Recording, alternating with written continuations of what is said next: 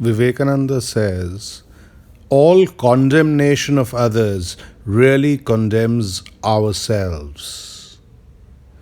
Now, this thought echoes the very heart of Vedanta, of the key message of Sanatan Dharma, the key message of the Upanishads, as well as it echoes Taoism.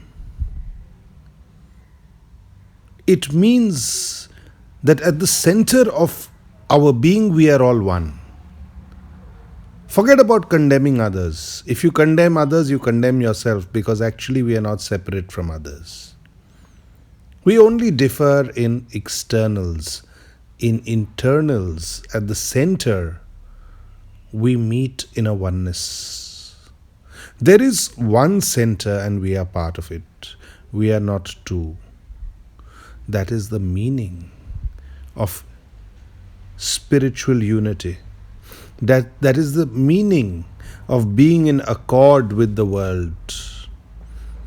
If you want to find harmony in your own life, if you want to find harmony in all your work, in your potential realization and so on, this is very key. You see, the whole world is condemning each other, pointing fingers at each other.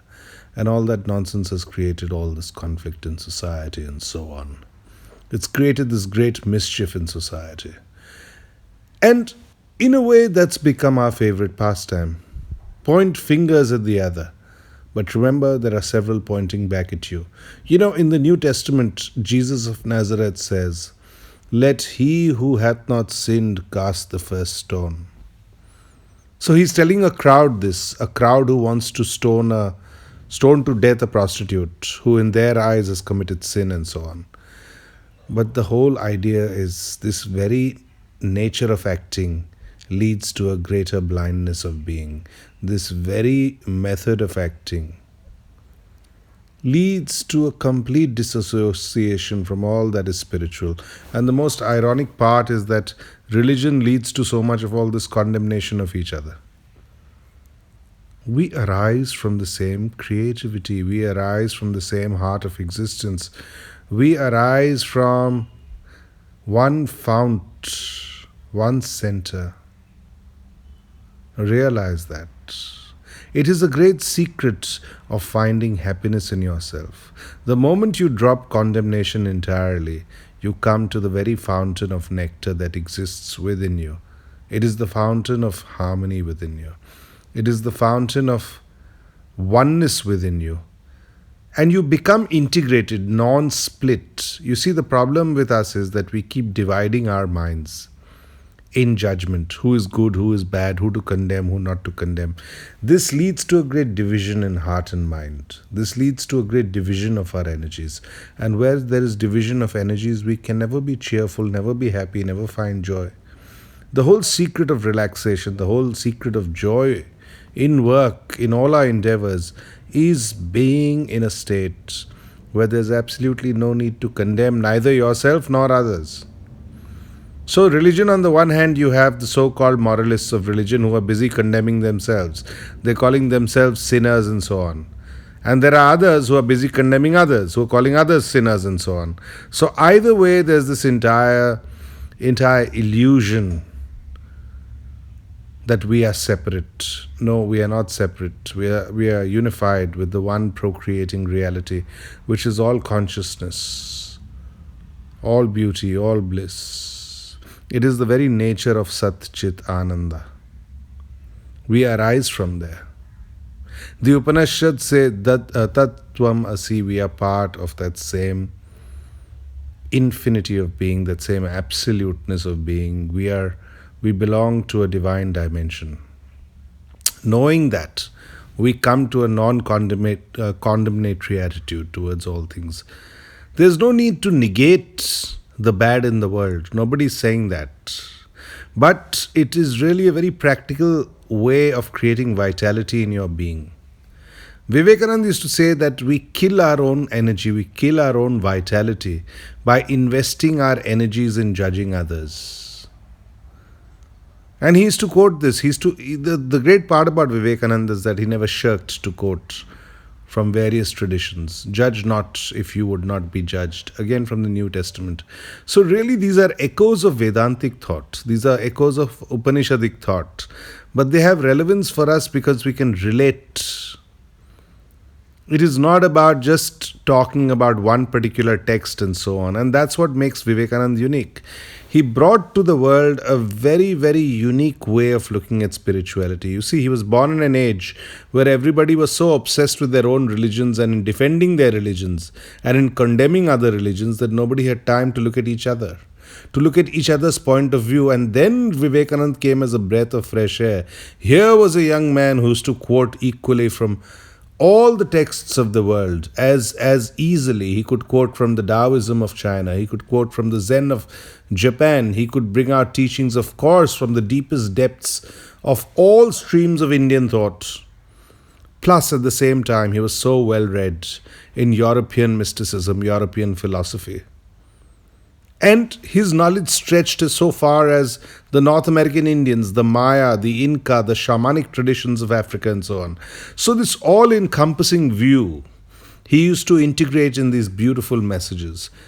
And this message in particular, he wanted the world to understand, not to condemn each other. He lived in a time when there was too much condemnation of each other's religion, and it was leading to a great deal of quarrel, a great deal of conflict between people. And he foresaw that a lot of conflict is going to happen in the 20th century. He foresaw this. He was fearful of it. And he was so right, because the 20th century turned out to be the most violent in mankind's history. So Vivekananda, his words about condemnation took on special meaning after his death. He foresaw that the more we condemn each other, the more deeper the world is going to get into mass violence of various sorts. So he was trying to stymie that. He was trying to create a fresh consciousness. He was trying to make us vibrate with a oneness of being. Now, how far he is successful is completely arguable. You see, even the greatest of mystics in the world have not been able to change humanity in totality. You see, Krishna came and went, but then humanity remained the same. Yes, his message is profound. We can each access his message and transform ourselves. But by and large, society goes back to very obtuse ways of thinking. Society goes back to the very lowest common denominator of thinking. And that lowest common denominator is dissipating our energies in condemnation, in conflict and violence and so on. Similarly, Gautam Buddha came and went, but humanity, by and large, our collective consciousness, remained one, obsessed with sensuality, obsessed with violence, obsessed with likes and dislikes and so on, and we missed the middle path. So the avatars have come and gone, the rishis have come and gone, the munis have come and gone, the saints have come and gone. But essentially, this whole condemnatory attitude remains. It remains like an undercurrent. You have to remove that undercurrent. When that undercurrent is removed, is when you realize that you're able to move into a more joyous way of living, a more simple way of living, a way which is able to cooperate and assimilate with the world. And that is what it is to live in a human family. That is true community prayer. That is truly belonging to a civic-minded society, a mature society.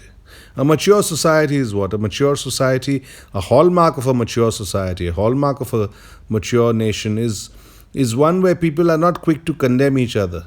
Rather, they are internalized. They look to within themselves more than they look at the faults of others. Because that way, if you begin with yourself and are able to rectify yourself, you automatically become a creator of value in the world. You automatically become a significant differentiator. You automatically become a force of deep bliss and joy for others. You live spontaneously and help others live spontaneously. You transcend outward differences and so on. And that takes us to a state of timelessness. That takes us to a state where we can be fulfilled not only at an individual level, but at a collective level. Now, this is very important to understand. You see, we have a collective angst in society. We have a individual angst. All these things are a result of fighting within our own consciousness, with ourselves, and fighting with the world in the act of condemnation. Avoid it. Dissolve your ego. Let your ego go. Once you dissolve your ego, you find that you can be completely bold, you can be completely courageous. What is keeping you back is this whole condemnation. Forget it. Don't condemn yourself, don't condemn others. Live life as a celebration. Very simple. All this is it's a religious game, an intellectual game, all this about fault finding. It's easy to do it. But it does not allow your energy to explode into your highest potential. It does not allow the true dance, the true poetry, the great joy, the harmony, music of your life to come forth, to be sung, your own song to be sung. Sing your own song in life. Don't condemn other people's songs. That's the way to find beauty in life. That's the way to move on towards beautiful things in life. That's the way to free yourself of your own troubles. And really what it does is it frees up your energy from this conflict anxiety. Our energy has got into an unconscious habit of going into a conflict anxiety. We are in conflict constantly, friction. So therefore we remain anxious. If you drop that idea of conflict, then you come that idea of friction, then you come to a pure state. You become relaxed within yourself. So eventually that is the most powerful tool that you have within you. And that is the very meaning of Vedanta. That is the very meaning of the meditative attitude. It is not the act, it is the way we are. The way we are in being. And it's not enough to be just oneself like that, but it is important for us to spread this vibe of non-condemnation. So each person can become a tool and a living example of not condemning others. Rather, being a light, carrying your own light into the world, and through that light, bringing about a good catalysis in others' hearts, in others' minds. Being able to cooperate, care for others, be empathetic to others. You see, cooperation is required everywhere. As a society, as a nation, say you're running a company. Why do management have problems? People don't cooperate with each other. Bosses don't cooperate with each other. Teams don't cooperate with each other. It's too much condemnation going on. So at a very leadership level also, at a business level, at a leadership level, at a corporate level also, this applies. You see, Swamiji's words are like little atomic seeds. They have great power. They have great dormant power. Once they are unraveled, then they're exceedingly powerful. So it has applications for our work.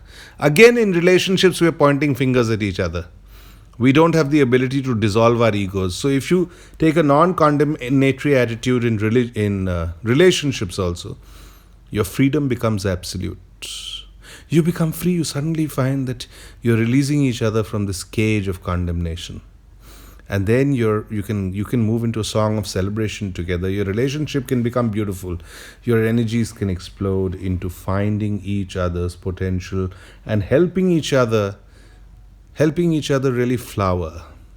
Helping each other find life as a festival, life as a celebration, your togetherness as a celebration.